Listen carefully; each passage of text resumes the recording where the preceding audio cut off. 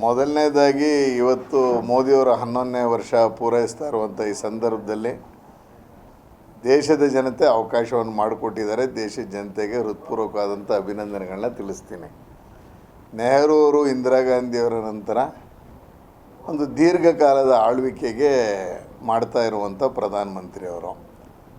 ಬೇರೆ ಬೇರೆ ಸಂದರ್ಭದಲ್ಲಿ ಪ್ರತಿಪಕ್ಷಗಳು ಕಾಂಗ್ರೆಸ್ಸೇತರ ಸರ್ಕಾರಗಳು ನಡೆದ ಮೇಲೂ ದೀರ್ಘಕಾಲದಲ್ಲಿ ಇರುವಂಥ ಪ್ರಧಾನಮಂತ್ರಿ ಅನೇಕ ಅಭಿವೃದ್ಧಿಗಳನ್ನು ಮಾಡಿರುವಂಥದ್ದು, ವಿಶೇಷವಾಗಿ ಮಹಿಳೆಯರಿಗೆ ಹೆಚ್ಚಿನ ಒತ್ತು ಕೊಟ್ಟು ಮಾಡಿರುವಂಥ ಯೋಜನೆಗಳು.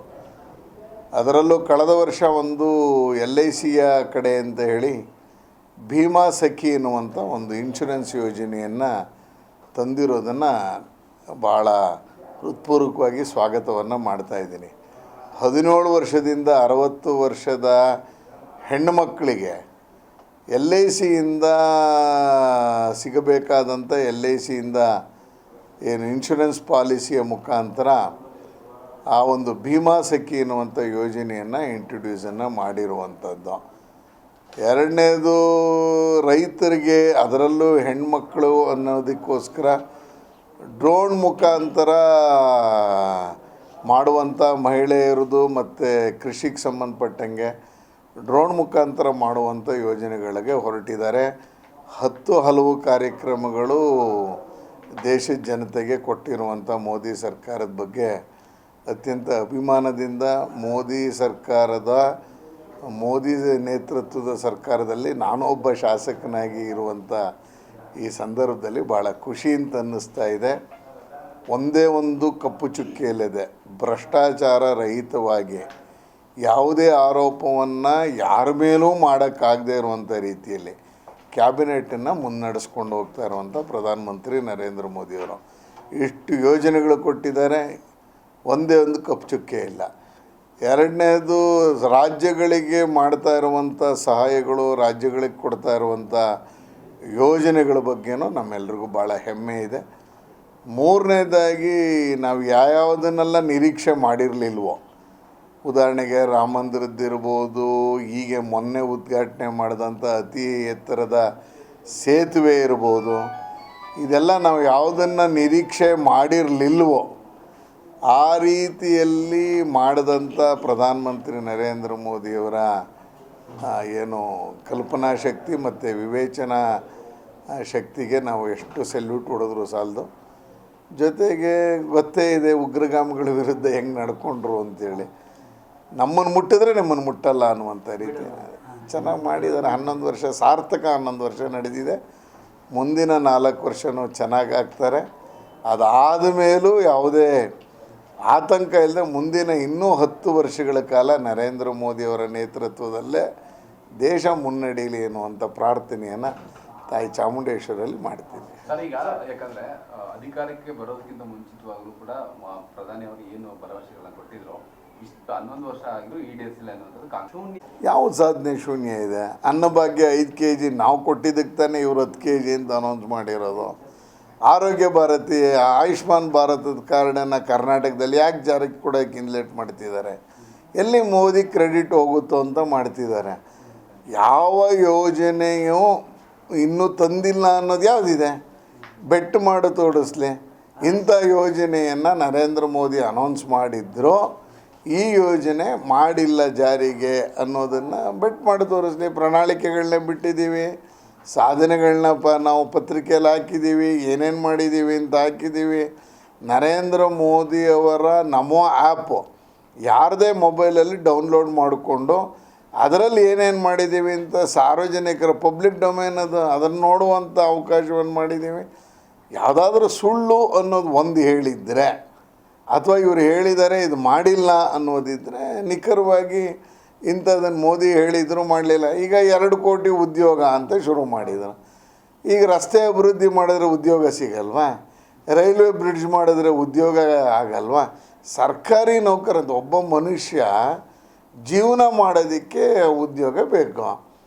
ಸರ್ಕಾರಿ ಉದ್ಯೋಗನೇ ಅಂತಲ್ಲ, ಅದಕ್ಕಿಂತನೂ ಹೆಚ್ಚಿಗೆ ಸಂಪಾದನೆ ಮಾಡಿದ್ದು ಮೈಸೂರು ಬೆಂಗಳೂರಿನ ಎಕ್ಸ್ಪ್ರೆಸ್ ವೇಲಿ ಕೆಲಸ ಮಾಡಿದಂಥ ಕಾರ್ಮಿಕರಿಗೆ.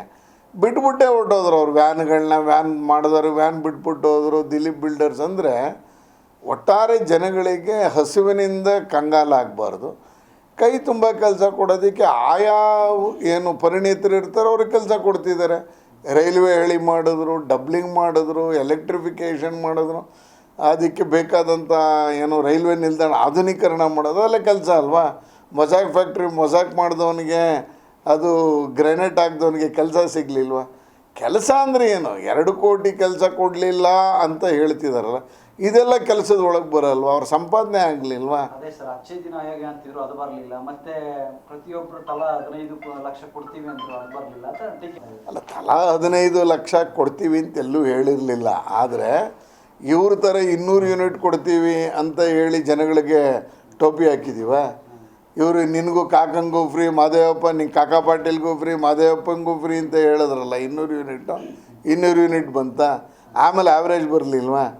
ಆ್ಯಾವ್ರೇಜ್ ಅಂತ ಮೊದಲೇ ಹೇಳಿದ್ರ? ಅದಲ್ಲ. ಅದ್ರ ನರೇಂದ್ರ ಮೋದಿಯವರೇ ಸಾಟಿ. ಇವತ್ತು ಕಳೆದ 2014ರವರೆಗೆ ವಾಜಪೇಯಿ ಗೌರ್ಮೆಂಟಿನ 6 ವರ್ಷಗಳು ಬಿಟ್ಟರೆ ಕೇವಲ ದೇಶದಲ್ಲಿ ನಡೆದಿದ್ದು 40,000 ಕಿಲೋಮೀಟ್ರ್ಗಳು ಏನು ರಾಷ್ಟ್ರೀಯ ಹೆದ್ದಾರಿಗಳು. ಈಗ 2014ರಿಂದ 2024ರವರೆಗೆ ನಡೆದಿರೋದು 90,000 ಕಿಲೋಮೀಟ್ರು ಅಂತ. ಯಾವುದು ಹೆಚ್ಚಿಗೆ? ಹಂಗಾದ್ರೆ ಕಾಂಗ್ರೆಸ್ಸಿನ ರಿಜಿಮಲ್ಲಿ ಎಟ್ಟಾಗಿದೆ? ಇವೆಲ್ಲ ತುಲನೆ ಮಾಡಬೇಡವಾ? ನಿತಿನ್ ಗಡ್ಕರಿ ಅವರನ್ನು ಎಲ್ಲರೂ ಹೊಗಳಿ ವಿಧಾನಸಭೆ, ರಾಜ್ಯಸಭೆಯಲ್ಲಿ, ಲೋಕಸಭೆಯಲ್ಲಿ ಮಾತಾಡ್ತಾರಲ್ಲ ಎಲ್ಲ ರಾಜ್ಯದ ಮುಖ್ಯಮಂತ್ರಿಗಳು. ಅದು ಸಾಧನೆ ಅಲ್ವಾ? ಈಗ ಕೃಷಿಗೆ ಸಂಬಂಧಪಟ್ಟಂಗೆ ಶಿವರಾಜ್ ಸಿಂಗ್ ಚೌಹಾಣ್ ಅವರು ಆ ಮಣ್ಣಿನ ಪರೀಕ್ಷೆ ಮಾಡಿ ಆ ಲ್ಯಾಬಿನ ರೈತರ ಹತ್ರ ಕಳಿಸುವಂಥ ವಿನೂತನವಾದಂಥ ಯೋಜನೆ ಮಾಡಿದ್ರಲ್ಲ, ರೈತರ ಆದಾಯ ದ್ವಿಗುಣ ಆಗಬೇಕು ಅಂತ. ಅದೆಲ್ಲ ಸಾಧನೆ ಅಲ್ವೇ? ಯಾವುದು ಮಾಡಿಲ್ಲ. ಅದು ವಿಮಾನ ನಿಲ್ದಾಣಗಳಿಂದ ಹಿಡಿದು, ವಿಮಾನ ನಿಲ್ದಾಣಗಳ ಅಪ್ಗ್ರೇಡೇಷನಿಂದ ಹಿಡಿದು ಇವತ್ತು ನಮ್ಮ ಮೋದಿಯವರ ನೇತೃತ್ವದ ಎಲ್ಲವೂ ಮಾಡಿದ್ದಾರೆ. ಮುಖ್ಯಮಂತ್ರಿಗಳು ಇದನ್ನೇ ಹೇಳಬೇಕು, ಅದನ್ನೇ ಹೇಳ್ತಾರೆ, ನಾವು ಅದನ್ನೇ ಹೇಳ್ತೀವಿ. ಪಂಚ ಗ್ಯಾರಂಟಿಗಳು ಬಿಟ್ಟರೆ ಕಾಂಗ್ರೆಸ್ಸಿನ ಸಾಧನೆ ಏನು ಅಂತ ನಾವು ಹೇಳ್ತೀವಲ್ಲ. ಗ್ಯಾರಂಟಿ ಮಾಡಿದ್ದಾರೆ, ಅದನ್ನು ನಾವು ಹೇಳ್ತೀವಿ. ಆದರೆ ಎಲ್ರಿಗೂ ಆಗಿದೆಯಾ? ಒಂದು BPL ಕಾರ್ಡ್ ಕೊಡೋಕ್ಕಾಗಲ್ಲ ಕಳೆದ 2 ವರ್ಷದಿಂದ.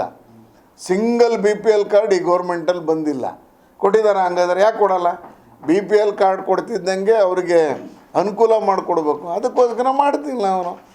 ಈ ರೀತಿಯಲ್ಲಿ ನಡೀತಾ ಇದೆ. ಅದು ಬಿಟ್ಟರೆ ನರೇಂದ್ರ ಮೋದಿಯವರ ನೇತೃತ್ವದಲ್ಲಿ ಈ ದೇಶದ ಮುನ್ನಡೆ 5ನೇ ಸ್ಥಾನದಿಂದ 4ನೇ ಸ್ಥಾನಕ್ಕೆ ಬಂದಿರುವಂಥದ್ರ ಜೊತೆಯಿಂದ ಹಿಡಿದು ಮುಂದಿನ 3 ವರ್ಷದಲ್ಲಿ 3ನೇ ಸ್ಥಾನಕ್ಕೂ ಆರ್ಥಿಕತೆಯಲ್ಲಿ ನಾವು 3ನೇ ಸ್ಥಾನ ತಲುಪ್ತೀವಿ ಅನ್ನುವಂಥ ವಿಶ್ವಾಸ ಇದೆ. ಖಂಡಿತ ದೇಶ ಪ್ರಗತಿ ಹತ್ರ ಬರುತ್ತೆ. ಸ್ವತಃ ಸಿದ್ದರಾಮಯ್ಯನವರೇ ಒಂದು ಹೇಳ್ತಾರೆ, ನಮ್ಮ ರಾಜ್ಯಕ್ಕೆ ಪ್ರಧಾನಿಯವರಾದಂತೆ ಕೊಡುಗೆಗಳು ಇಲ್ಲ, ಜೊತೆಗೆ ಕೇಂದ್ರ ಸರ್ಕಾರಕ್ಕೆ ನಮ್ಮ ರಾಜ್ಯಕ್ಕೆ ಅನ್ಯಾಯ ಆಗ್ತದೆ. ಅಲ್ಲ, ಮುಖ್ಯಮಂತ್ರಿಗಳು ಅದರ ವಿರುದ್ಧನೇ ಹೋರಾಟ ಮಾಡಿ ಸುಪ್ರೀಂ ಕೋರ್ಟ್ಗೆ ಹೋಗ್ತೀನಿ ಅಂತ ಹೇಳಿ ಅಲ್ಲೋಗಿ ಶಾಸಕರ ನೇತೃತ್ವದಲ್ಲಿ ಧರಣಿಯೆಲ್ಲ ಮಾಡಿದ್ರಲ್ಲ. ಯಾವುದನ್ನು ಕನ್ವಿನ್ಸ್ ಮಾಡೋಕ್ಕಾಗ್ತಾ ಇಲ್ವೋ ಪ್ರಧಾನಮಂತ್ರಿಗಾಗಲಿ ಹಣಕಾಸು ಸಚಿವರಿಗಾಗಲಿ, ಕನ್ಫ್ಯೂಸ್ ಮಾಡುವಂಥದ್ದನ್ನು ಈ ಸರ್ಕಾರ ಮಾಡ್ತಾಯಿದೆ. ಕನ್ವಿನ್ಸ್ ಮಾಡ್ತಿಲ್ಲ ಅವರನ್ನು, ಕನ್ಫ್ಯೂಷನ್ಲಿ ಇಡ್ತಾ ಇದ್ದಾರೆ. ಹಾಗಾಗಿ ಕೆಲವುದಕ್ಕೆ ಸ್ವಲ್ಪ ತಡವಾಗಿ ಹಣ ರಿಲೀಸ್ ಆಗ್ತಿದೆ ಅನ್ನುವಂಥದ್ದಿದೆ. ಆದರೆ ಒಟ್ಟಾರೆಯಾಗಿ ಕರ್ನಾಟಕವು ಸೇರಿದಂಗೆ, ಅದು ಪಕ್ಕದ ತಮಿಳ್ನಾಡು ಇರ್ಬೋದು, ವೆಸ್ಟ್ ಬೆಂಗಾಲ್ ಇರ್ಬೋದು, ಆ ರೀತಿಯಲ್ಲಿ ತಾರತಮ್ಯವನ್ನು ಮಾಡ್ದೇನೆ ಇರುತ್ತೆ. ಕೆಲವು ಸಲ ಸರ್ಕಾರದ ಅಕ್ಕಪಕ್ಕದವರ ರಾಜ್ಯದವರು ತುಂಬ ನಿರೀಕ್ಷೆ ಮಾಡಿದಂಥ ಸಂದರ್ಭದಲ್ಲಿ ನಿರೀಕ್ಷೆ ಮಟ್ಟಕ್ಕೆ ಹೋಗದೇ ಇರ್ಬೋದು. ಅದರ ಒಟ್ಟಾರೆ ದೇಶದ ಪ್ರಗತಿ ಹತ್ರ ಸನ್ಮಾನ್ಯ ಪ್ರಧಾನಮಂತ್ರಿಯವರು ಮಾಡ್ತಾಯಿದ್ದಾರೆ. ಅದನ್ನು ಮುಖ್ಯಮಂತ್ರಿಗಳು ಸ್ವಾಗತ ಮಾಡಬೇಕಾಗಿತ್ತು. ಎಲ್ಲೋ ಒಂದು ಕಡೆ ಮಾಡಿಲ್ಲ ಅನ್ನೋದಷ್ಟೇ ವೇದನೆ.